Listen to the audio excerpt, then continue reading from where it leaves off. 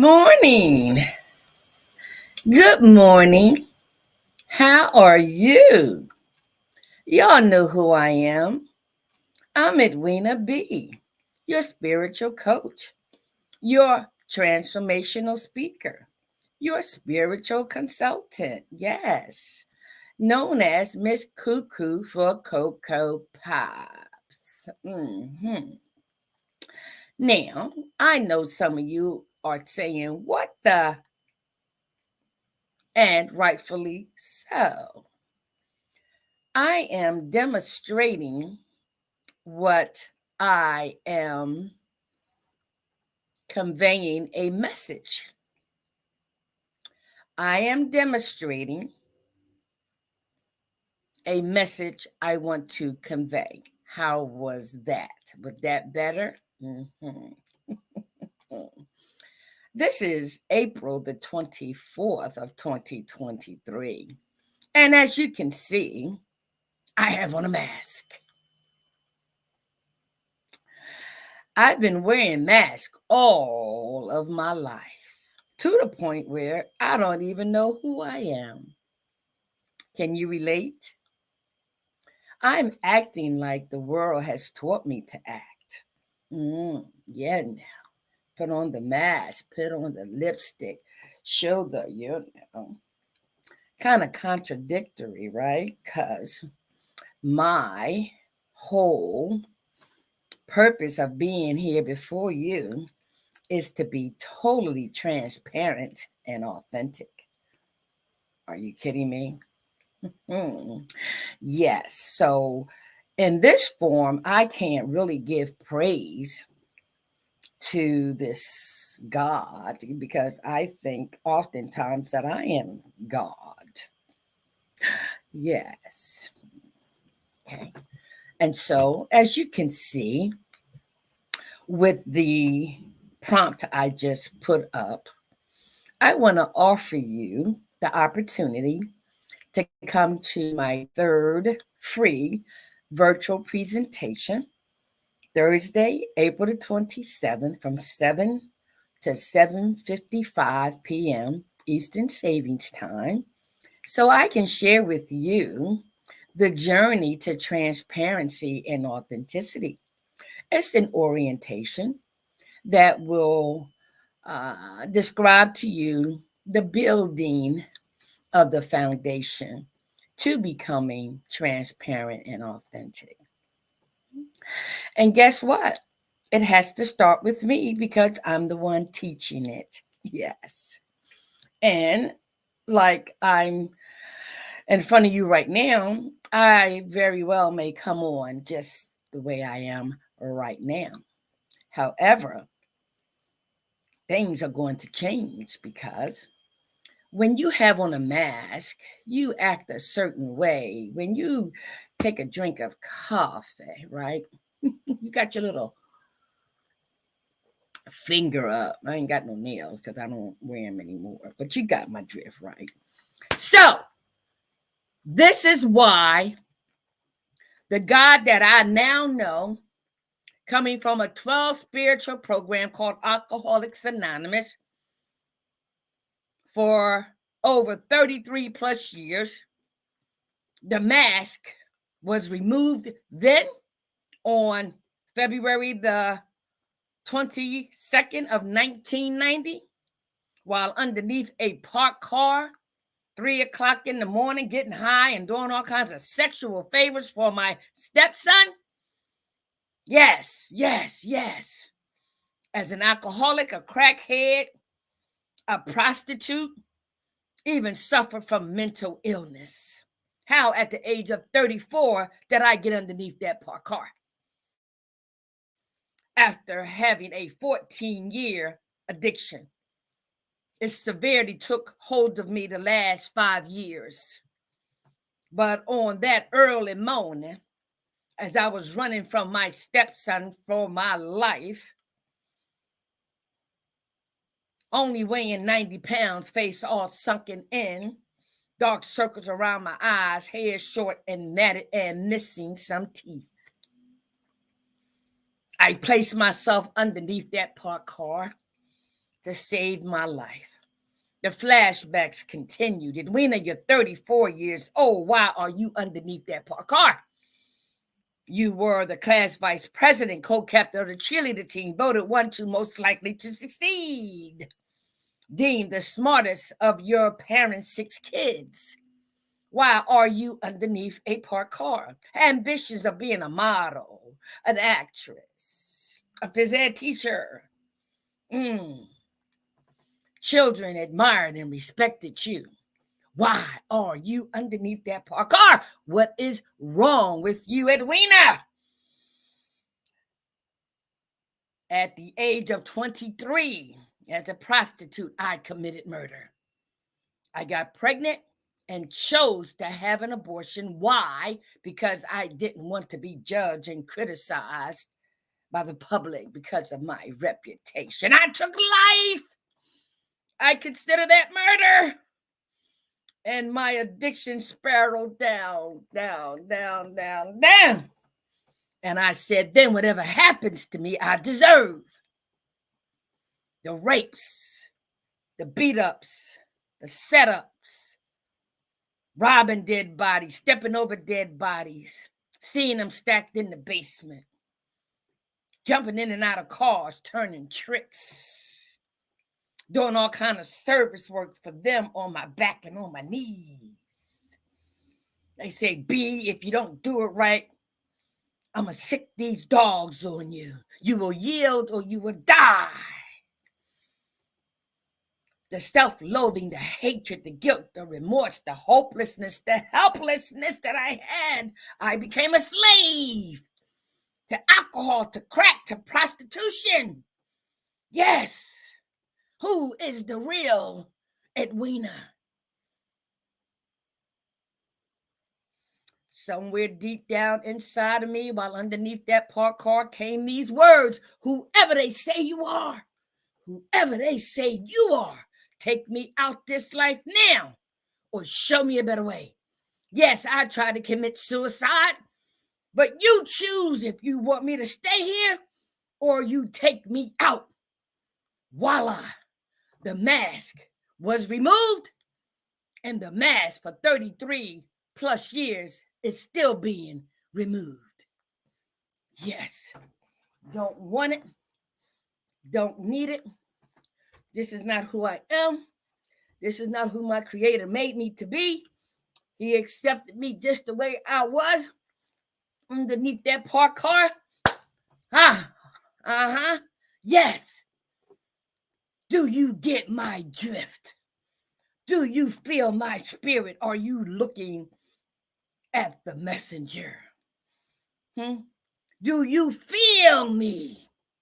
The mask must go in order to achieve transformation and authenticity. I go to bed without my dentures that alcohol and crack took, and I put them back in the morning. I go to bed with my hair short like this, but my natural hair is like this. And that's all I do to get up. You see how quick that was? Oh. Ooh, wait a minute. See, I'm transparent and I'm authentic. Why? Because the God that I didn't know, that I know now, introduced me to a 12-step spiritual program that offers spiritual awakenings, experiences, transformation in order to achieve a psychic change. So for 33 plus years, I haven't missed a day in being in the spiritual journey, offering these spiritual principles to apply to this daily life here on earth. Donald Lawrence says, we are not a natural being having a spiritual experience. We are spiritual beings encased and walking this natural journey here on earth called life. All those masks that I was taught and I learned To where? To please you, but never knowing who I was until I had that knee bowing experience and confessed with my tongue that he is, I would still be wearing the mask. But I only wear it now to demonstrate the spiritual need to be transparent and authentic and accept yourself just the way God made you. Not trying to please man, which is going to be our topic today. Learning, right, to love ourselves. Okay? So I want to take a drink of my coffee. Oh, man, look. You still love me? You still love me? Now you see why they call me Miss Cuckoo for Cocoa Pops? I accept who I am. Now, I love who I am. Now, I care about me. Now, I nurture me. Now, I'm proud of me. Now, I embrace me. Now, why? Because the God that I was taught was a punishing God was a lie. And through the 12 spiritual principles of Alcoholics Anonymous and the 5 agreements by the Ruiz family, and most recently, the Transformational teachings by Dr. Sonja of P3 University, I learned about all the lies that have been perpetuated my entire life. But on February the 23rd of 1990 was my first day on this spiritual journey. The journey I was on before was all based on my humanness. And I know was divinely orchestrated. Yes. That's the gift of life. The Ruiz family said, my heaven is here on earth, but I've been experiencing hell here on earth. You see, when we apply spiritual principles to earthly matters, we see it for what it is, right? And so I just thank my God for waking me up this morning, and this is how I choose to acknowledge him. Rise, shine, give God the glory, glory, rise, shine, give God the glory, glory, rise, shine, give God the glory, glory, soldiers of the Lord. You see, I couldn't praise or acknowledge him when I had the mask on. No, because it wasn't real. This is real. Do you hear me? Do you feel me? This is real because I know now it was his grace and his mercy that brought me through living this moment. Because of you, I want to praise you and thank you too, for it was your grace and your mercy that brought me through. Amazing grace, how sweet the sound that saved a wretch like me. I once was lost, but now I'm found, was blind, and now I see. One of the things that I've learned about this process called spiritual recovery is that I was created to serve my Creator, who prepares me to be of service to others. And so the journey of spiritual transformation and authenticity starts with a surrender. You are, I'm not. Lead me. Okay? So let's get to the topic today. All right. I need my glasses. All right. So we got 15 minutes. So that was pretty good. Okay. Now, also, if you are in need of a speaker for your event, your celebration, call me. If you are in need of a spiritual coach or consultant, call me. You see in these last few minutes what I bring to the table. Now, if you don't want transparency and authenticity, don't call me. Don't call me. Don't call me. I want to be able to touch at least one more life, like somebody touched my life, that our Creator designated to happen. When I heard that young lady share at a rehab, the way she shared, how she shared, what she did, and how she felt about what she did. And she also offered the solution as to the transformation of becoming authentic and transparent to be able to tell the truth and nothing but the truth. I said, thank God, if you keep me sober long enough, I want to be able to share just like her. Voila. Voila. I'm not intimidated by man at all. I want to be set free from recovery, emerge enlightened and empowered to give hope to others, help others prosper equally. So if you need someone to talk to, if you need a transformational speaker, spiritual consultant or coach, please call me. All right. Let's get to the topic today. Okay. All right. So it is April the 24th. It's my perspective of Alcoholics Anonymous Daily Reflections, learning to love ourselves. I will be incorporating the 5 agreements by the Ruiz family and transformational teachings by Dr. Sonja of P3 University. Okay, open up your spiritual ears, open up your spiritual eyes, and let's read this together. And then we're going to come back and dissect this bad boy. Woo! Learning to love ourselves. Okay, let's go. All right, let's move this out the way and let's bring this forward, okay? It says here, this is a quote from As Bill Sees It. He's one of our co-founders off of page 252. And the quote states, alcoholism was a lonely business, even though we were surrounded by people who loved us. We were trying to find emotional security either by dominating or by being dependent upon others.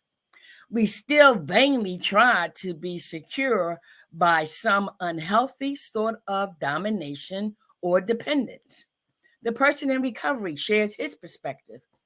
When I did my personal inventory, I found that I had unhealthy relationships with most people in my life, my friends and family, for example.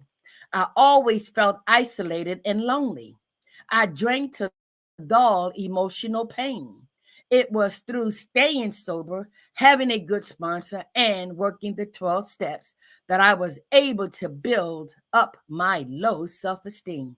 First, the 12 steps taught me to become my own best friend. And then, when I was able to love myself, I could reach out and love others. Now, I'm already emotional. I'm already emotional. You know, when you are reading these words, your spirit connects. And just the mere sound and meaning of these words brings joy to my spirit. And I can't help but be transparent and authentic and say, thank you, thank you, because I've learned through this process of spiritual recovery how to love myself. Ooh. When I talk about freedom, this is the freedom I'm talking about. All right, so I do want to dissect this baby, but I don't know about you, reading those words. I felt those words. And when you are transparent and authentic, you will react to things that touch your spirit in a spiritual way. And I can't wait to dissect this bad boy with you, learning to love ourselves. Okay? I got 10 minutes. All right, so I'm not even gonna wipe these tears away. No, no, no, no, no, no. Okay, so let's go with the first one. Our co-founder, Bill W., of Alcoholics Anonymous, he says alcoholism was a lonely business, even though we were surrounded by people who loved us. Alcoholism was a lonely business, even though we were surrounded by people who loved us. Many of us learn in Alcoholics Anonymous that is spiritual in nature. Why? Because our history shows us that religion couldn't really help us. That was proven by the Oxford group, nor being a temperance movement, which was demonstrated by the Washingtonians. And so it was Rowling, who had a doctor by the name of Carl Jung, who was trying to address and treat his alcoholism. And one day when he had a visit with Dr. Carl Jung, I could see Dr. Carl Jung in this, I don't know if it's a rocking chair or not, or he may have been like this, right? But he said, you know what, Roland? I'm a famous physician, psychoanalyst. Mm-hmm. And I've been treating people like you and others for many of years. And I've been doing my research and this and that. But I come to realize, I'll be the first to tell you, Roland, religion is not going to help people like you. The medical field can't help people like you. He said, you know what, Roland? What people like you need is divine intervention, divine providence, a spiritual awakening to help you achieve a psychic change. Roland say, like, what's that? I'd be like, huh? What? You're talking foreign to me. No. Carl Jung, through his humanness and through his spirituality, recognize that if he is to be of spiritual service to others, he must be transparent and authentic and said people like us can't help you. No, you need a power that will help you achieve a psychic change. Wow. Roland went back and saw Dr. Bob and Bill W. And the three of them and others looked back at the Washingtonians and looked back at the Oxford group and said, no, this needs to be a spiritual program, a spiritual movement, a spiritual fellowship. Yes. And so close to 90 years later, voila. Okay. And so that was the beginning, right, of divine intervention, divine providence, right? Bringing about that knee-bowing experience that forced us, challenged us to confess that he is. And I need him to help me. I don't care what you call it, who you call it, right? It's not you, it's not man, it's not religion, and it's not medical, it's spiritual. It's spiritual, right? And so under the influence of alcoholism, none of us knows what's going on, those who are afflicted, and those who love us. What is wrong with you, Edwina? What is wrong with y'all people? Huh? Can't you stop drinking? Don't you think I would if I could? Huh? Yes. So alcoholism, as he says, right, is a lonely business, even though we are surrounded by people who love us. We were trying to find emotional security either by dominating or by being dependent upon others, right? Mm-hmm. Yes, yes, the mask. This is what I'm talking about, the masks that we have worn all our lives. And through our inventory, we learned that no, there's nothing wrong with you, but there was plenty that happened to you.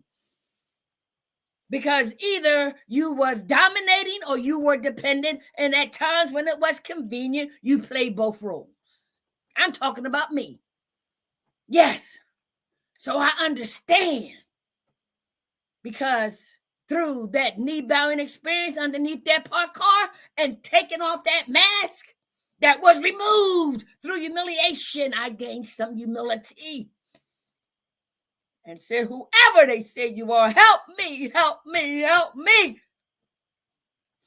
All right, so then he goes on to say, right, we still vainly try to be secure by some unhealthy sort of domination or dependence. So let's get to what this person in recovery shares, his experience. He said, when I did my personal inventory, let's stop there. When I did my personal inventory. Now, and if you like me, when I heard the word inventory, I was like, you talking about a store? You talking about things on the shelf? You talking about personal inventory? What do you mean? Oh, Lord, I love you so much. You know, one of the things about being human, it is a process. And my friend Bren, shared it on her podcast yesterday. The one thing about being human, it's a process. So we are known as human beings, but most of us focus on the human side, right? Because of this world that we live in. And so our perception is that we need to feed our humanness. We need to react by our humanness, right? And we forget about the fact that we are human beings, spiritual beings encased in this human body. That's okay. Life process is going to show you that we need to feed the flesh. That's what you think. But no, life is going to really show you that we need to feed the spirit and not the flesh. Okay? And so through that personal inventory in step 4, and where the Ruiz family talks about the domestication process, is when we find out where those attitudes, ideas, behaviors, belief systems were first formulated, by whom, in what situation, what circumstances, and the people who played a part in it, and what part we played in it. Until we do that fearless and thorough inventory, we won't find out what happened to us. We'll still be stuck on what's wrong with us. Hell to the no. I want to be set free from recovery, emerge enlightened and empowered to give hope to others, help others prosper equally like they help me. All right? So then I ain't got but a minute. Then he says, through that inventory, I found that I had unhealthy relationships with most people in my life, my friends and my family, for example. Listen, y'all got to do your own research. You got to do your work. You have to have your knee-bowing experience in order for you to confess with your tongue that he is, for you to understand where I'm coming from, like millions of others who are in this process called spiritual recovery. All right. So we know that the friends and families that have been a part of our lives, right, are just as sick as we are. in one way, shape, form, or fashion. We are all ill to some extent, and all of us can use the 12 spiritual principles, now the 5 agreements, and most recently the transformational teachings by Dr. Sonja, who help us to identify the pain that will create passion in us to fulfill our purpose, to heal, to be set free, and then to help somebody else. They all overlap and are intertwined. All right. At 7:00, I go to my meeting. Okay. So let's end by saying here, I always felt isolated and lonely. I drank to dull emotional pain. It was through staying sober, having a good sponsor, and working the 12 steps that I was able to build up my low self-esteem.